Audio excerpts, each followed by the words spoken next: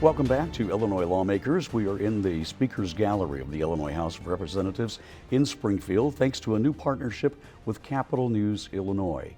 CNI's Jerry Nowicki, the editor-in-chief of the CNI operation, joins us now. Jerry, you have some fresh reporting overnight that there are some obstacles for the governor's getting his budget passed in the form that he originally presented it back in February. Right. So the good news is that the Governor's Office of Management and Budget now upped its revenue estimate by about $295 million, but that was accompanied by now Deputy Governor Andy Manar, formerly a state senator, sending a letter to the agency directors that said basically there's significant enough opposition to some of the governor's revenue proposals that he made in February, in that maybe lawmakers aren't supporting them, which could lead to agencies having to cut about $800 million. What are those revenue enhancements that the governor was counting on to try to balance this budget in the way he originally intended? Yeah, so it's interesting because especially the biggest one doesn't appear to be that controversial on its face.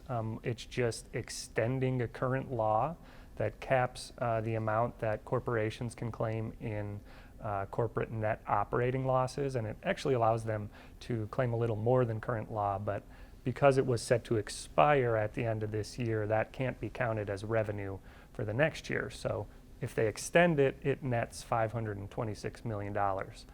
And then there's just a couple other ones like increasing the tax rate that sports books pay on the revenues they make in sports gambling, and then just a couple other proposals like a cap on the retailers, a type of tax break that they can claim. The one regarding sportsbook betting, though, that's a bit more controversial from what I'm hearing, because we're talking about going from a 15% tax up to 35%. Is that what you're hearing as well? Yeah, that's the proposal. You know, there's going to be pushback certainly from the sports books. They have a powerful lobby, it's organized, it's a bit underground, they're not doing news conferences and saying whatever, but you know, their claim is that, oh, we might not be able to give you the best odds now, we might not be able to give you bonus bets or whatever, but the governor keeps pointing out that it's a tax on the sports books themselves and the revenue that they get, and not on the people who are, you know, using those books. Going back to Deputy Governor Manar's letter to agency chiefs, he's telling them basically, from my reading of the letter, that he's asking them to consider cutting grants and other discretionary funds. Why is it important to lawmakers when it comes down to those grants? Right, so I think it comes down to that lawmakers, that's the programming lawmakers really like to publicize. There's every day, every week, there's news conferences of people going to their parks and saying, look what we were able to do with this grant funding from the state. Look what I brought to our district. And it's just very popular programs that constituents like, that lawmakers like to tout. So, you know, I think I pointed out in an article that I wrote that it's just as much a letter to the General Assembly saying, hey, look, this is the picture, as it is to the agency directors. Now, lawmakers are hoping to get out of here before the Memorial Day weekend. They've set May 24th as adjournment day. They actually have until May 31st before you need a supermajority to pass anything. What, in your view, is likely to happen in the next couple of weeks? Are they going to meet that first deadline? You know, I'm starting to think that they are just putting the deadlines earlier so that when they extend past it, it's not an emergency. It's just people are inconvenienced and they have to stay a couple days longer. So if you look at the calendars, it says budget hold date on all of the days after the 24th through the end of May. So I'm not predicting that it extends, but certainly it wouldn't surprise me if they go a little bit beyond the deadline. And it only matters once you go past May 31st, because that's when you need supermajorities to actually pass anything with an effective date. Jerry Nowicki, Editor-in-Chief for Capital News Illinois, thank you very much for your time on Illinois Lawmakers. Thank you, Jack. We continue our discussions on Illinois Lawmakers with State Senator Elgie Sims Jr. of Chicago, a Chicago Democrat. He is also the leading budgeteer for the Senate Democrats, and we're a couple of weeks away from the scheduled end of the session. Where do things stand with trying to get this budget hammered out by May 24th? Well, I think we're on a good path, having discussions about what revenues look like, what the expenditures look like. I think we're on path to adjourn by the 24th, and that's a great place to be. The governor's budget as submitted was around $52.7 billion back in February. There's more money in there for K through 12 schools, social services, early childhood, higher education. What are the Democratic priorities for this new budget? Well, it's same priorities they've always been. Protecting our most vulnerable, educating our children, growing our economy, keeping our communities safe. Those are things that making sure we have good jobs in our communities. Those are our priorities, and they're what when we pass a budget, there'll be a reflection of those priorities, but also the priorities that we think will continue Illinois on the sound fiscal footing and on the right path. There was a memo that came out over last few hours in Springfield from the Deputy Governor, Andy Menard, and it has to do with some revenue enhancements that Governor Pritzker wanted in this budget to be able to do some of the things that he wants to do, wants to accomplish in fiscal year 25. The letter in effect says if he doesn't get those revenue enhancements, some of the sports book betting increases, things like that, the agency leaders may be looking at an $800 million set of cuts. Well, I think it's good planning. You know, we know that if you always have to have contingencies A, B, and C. So the governor's proposal was one, making sure that if those revenues as proposed by the governor don't exist, then we have to have another plan. And I think that's really just the other plan. But then it also has to have the reflection of the caucus's priorities, and we'll have to have those discussions too. So I just saw the memo as part of that process, part of the planning process, to make sure as we get ready for the final passage, where we have all the options before us. Does that give any cause for alarm, though, with it being this close to the scheduled end of the session? No, none at all. Because as you and I know, Bruce, Jack, there's a long way to go. In legislative time, 15 days is a lifetime, so we really got a lot of time. I think you'll see both the staffs and members working around the clock from here through the end of the session. So it doesn't surprise me at all. As we look at some other things that have come up in the last few days here, the mayor was here yesterday. The mayor of Chicago was here. He's asking for more money for Chicago schools. I believe that was about $1 billion in new spending. How was the reception given to the mayor this week? I thought it was good. I met with the mayor. I had some conversations with him.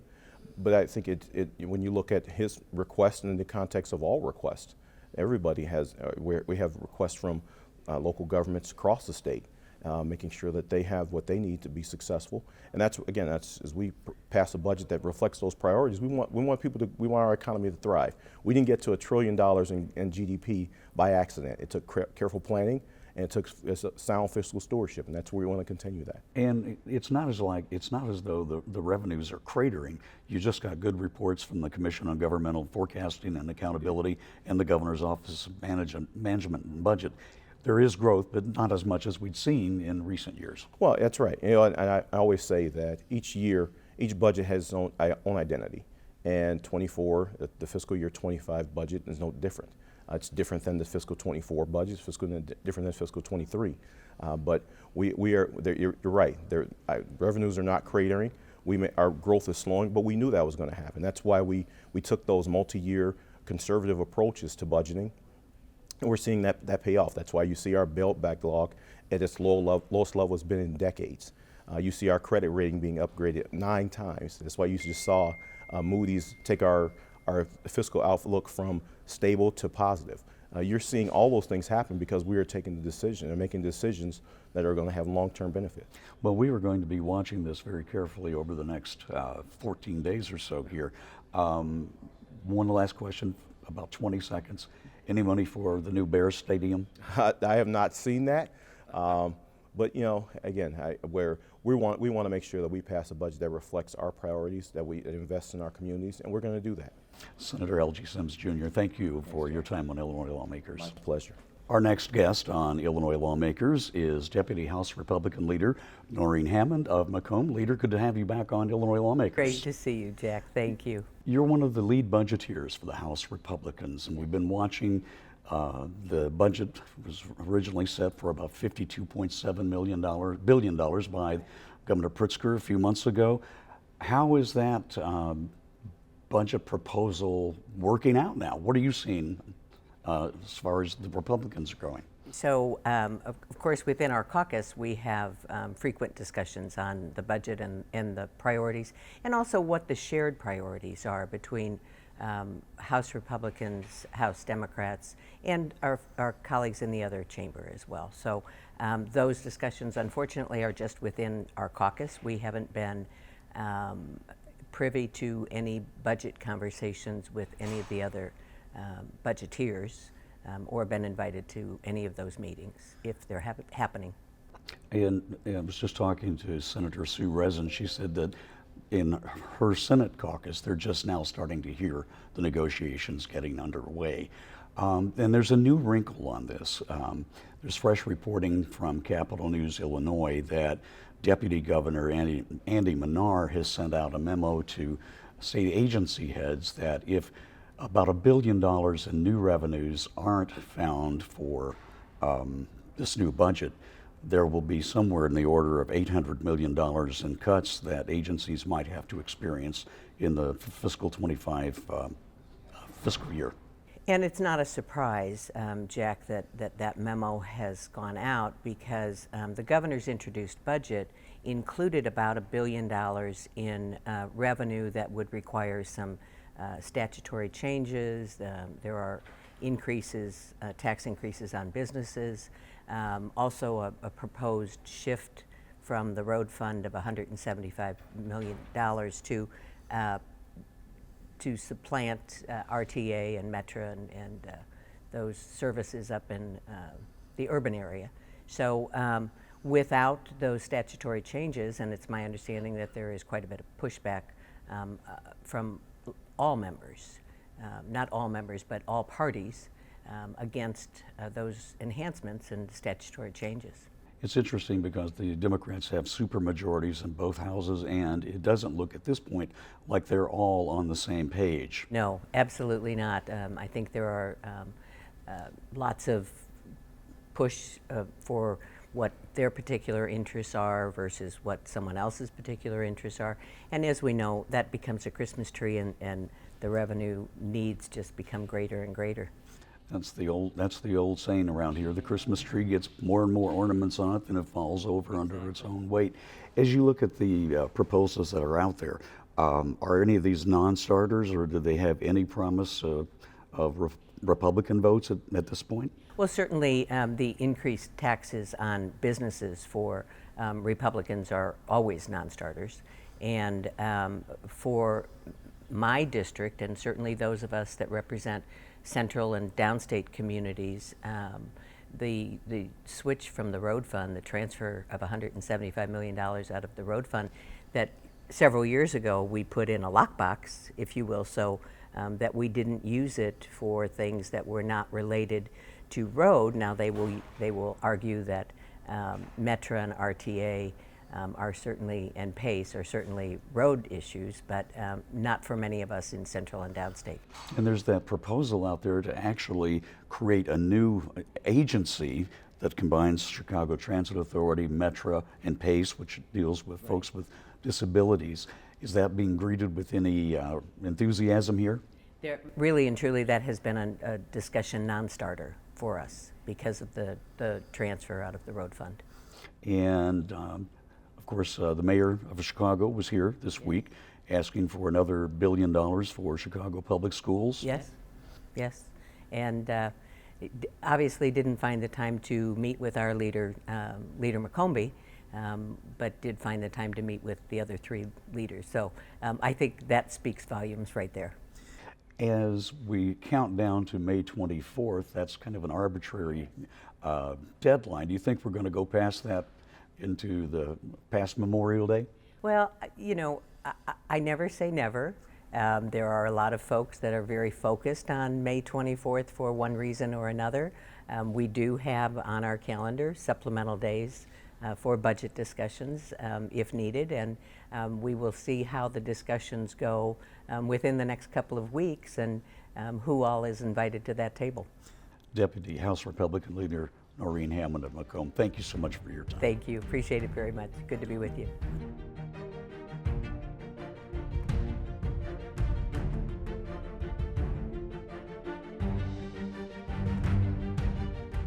Joining us now on Illinois Lawmakers, Assistant House Majority Leader Jay Hoffman of Swansea. Good to have you back on the program. Good to have you back in the gallery. It's great to be here. Great to be here. As we're talking, everyone, of course, is wondering about where are things with the budget. You're supposed to wrap up on May 24th. You've got until May 31st to do that. But there was, looks like an exercise in member management overnight. The Deputy Governor, Andy Menard, sent out a note to state agency heads that if some of those revenue enhancements that the governor asked for earlier in the spring don't pass, don't come to fruition, they may be looking at as many as $800 million in agency cuts this year. Well, this is all part of the process. As you know, the governor goes first. He does the budget address, and then the General Assembly, the House and the Senate, they have their appropriations hearings, and we're going through that process now, where you really go line by line to figure out how we can have a balanced budget.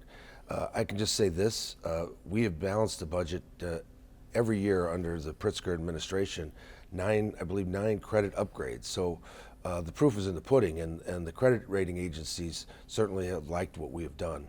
So we have to continue to work to get that balanced budget. Now, I don't know that I agree with the deputy governor on having to have all these revenue enhancements in order to have a balanced budget, but if we have to make some reductions, we'll make them. And you had relatively good news from the Commission on Governmental Forecasting and Accountability, as well as the governor's own revised revenue estimates. The state is not deeply in trouble when it comes to next year. No, and the one thing that we have to, I think we're smart about, is when we got all the federal money during the COVID era, we didn't really use that for operations. We used it for one-time things. So when we lost the federal money, other governments, state governments as well as cities and counties used it for operations, and that's caused a problem when the federal money went away. We didn't do that, and so we're not facing the same type of pressures as others. You made some headlines last week as Illinois Democrats moved an election reform bill through in less than a week, quickly signed by Governor Pritzker. The legislation would bar major party candidates from entering a race if their party didn't field a candidate in the primary election cycle. What was the rationale behind that? Well, first of all, there's a process, and for many years, since 1988, believe it or not, I've went through that process where you get the petitions, you get on the primary ballot, and then you're your party's nominee. What we've seen is a rash of increases in the number of people who just get appointed and don't go through that primary process to become the nominee. In fact, in 2022, there were 40 Democrats and Republicans, both sides of the aisle, who were put on by the process of just having the backroom party bosses putting people on the ballot and not facing the voters in the primary. 2 years before that, in 2020, there were only 11. And 2 years before that, in 2018, there were only 5. So we've seen people skirting the primary process, and we think that, and the reason we passed the bill is we think that we should get rid of the backroom deals. People should face the voters. They should talk about what they believe in, and then become their party's nominee. Your Republican colleagues basically voted present as a group. They criticized the speed with which this went through both the House and the Senate, and that it might be helping out a Democratic incumbent in the Metro East area. Well, it isn't about one person, and I can tell you from talking to some of my Republican colleagues who I love to serve with, some of them were very happy about the bill as well. I want to ask even though they voted present. I want to ask one more question for you. There's a new project that you're working on to move the Metrolink all the way out to Scott Air Force Base from St. Louis? Yeah, so our transit system is light rail transit system. It starts in Lambert Field in St. Louis, comes through East St. Louis into Belleville and onto the eastern edge of Belleville. Well, we, as part of the 2019 Capital Bill, we funded the extension of that all the way to Scott Air Force Base and the Mid-America Airport. So we're going to have the two major airports in the St. Louis area are going to be connected by a light rail system. That's ongoing jobs, economic development, and we're seeing a huge Boeing facility being built there, manufacturing facility, which is going to create over 300 jobs where they're going to actually build drones for the Navy. We'll wait to see how all that works out. So thank you very much for your time on Illinois Lawmakers, Representative Hoffman. We appreciate it. Good to see you and welcome back. Up next on Illinois Lawmakers, Deputy Senate Republican leader Sue Rezin of Morris. Welcome back to the program. Well, thank you for having me. We're here a couple of weeks ahead of the scheduled adjournment. I believe it's May 24th. You actually have till May 31st to actually pass a budget and the like. What are you hearing in the Senate Republican caucus about where these budget discussions are maybe just even getting underway now? Well, the budget discussion is just getting underway. It's we have finally just been asked to participate in the meetings, and we only have a couple weeks left to put a budget together. But we have been very clear that the Illinois Senate Republicans are prioritizing the citizens of the state of Illinois, as opposed to the governor, who has proposed in his State of the Budget address that he would increase taxes and fees over $1 billion to help fund some of the programs that are his priority in his agenda, such as non-citizens. The fate of that extra $1 billion in spending that the governor wants is in question at the moment because Deputy Governor Andy Manar has sent a letter to state agency officials that if some of those revenue enhancements like the sports book betting increase don't happen, they may be looking at $800 million in cuts to agency grants and discretionary spending. Mm-hmm. And that's a concern to us. So the governor has increased spending, government spending, since he's been in office by 30%. By increasing fees and taxes in order to balance your budget is not something that we support, and we've been very vocal about we need to live within our means to make sure that we don't have to go back to the departments to cut their funding. Many of these departments are providing safety net services at a very difficult time for many citizens in the state of Illinois.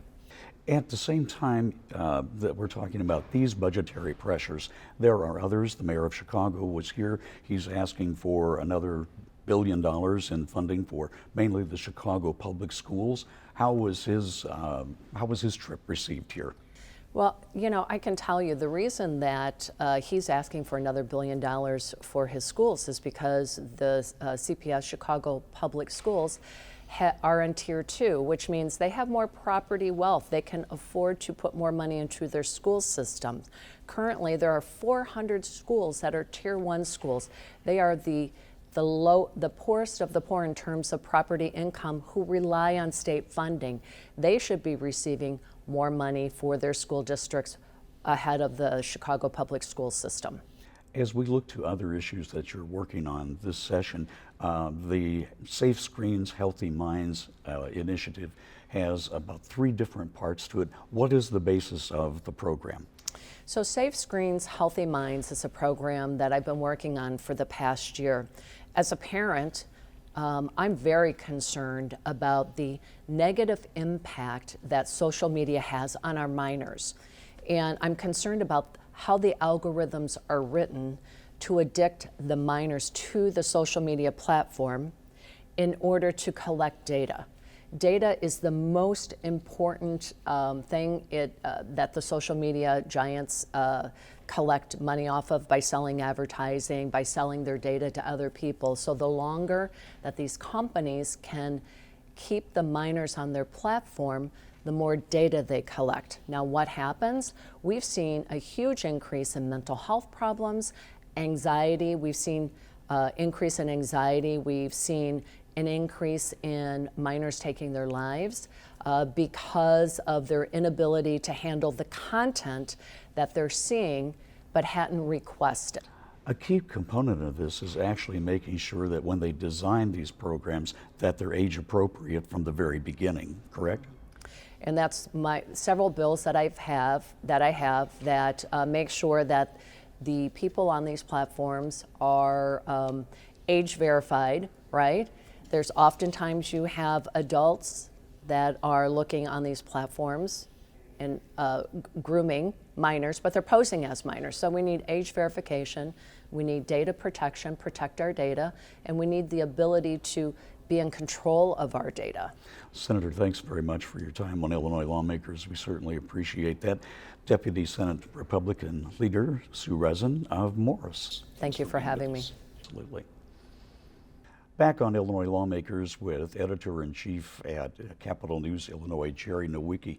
Jerry, as we look ahead to next week, we know that there's still some question about how the fiscal year 2025 budget may work out. What are some of the other issues that are still hanging fire here and still need to happen before lawmakers can go home?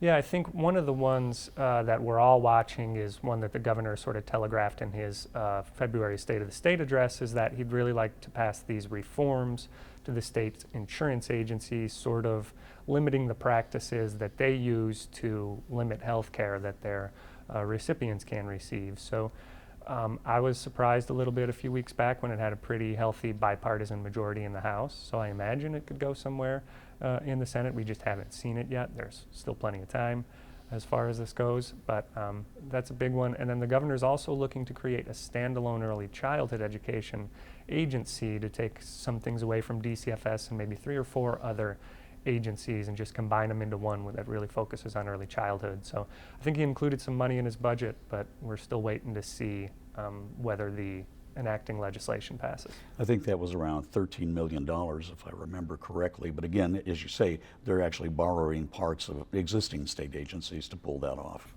Exactly. That is it for Illinois Lawmakers for this edition. Thanks to Jerry Nowicki, Editor-in-Chief of Capital News Illinois. We will be back next week with another edition of Illinois Lawmakers.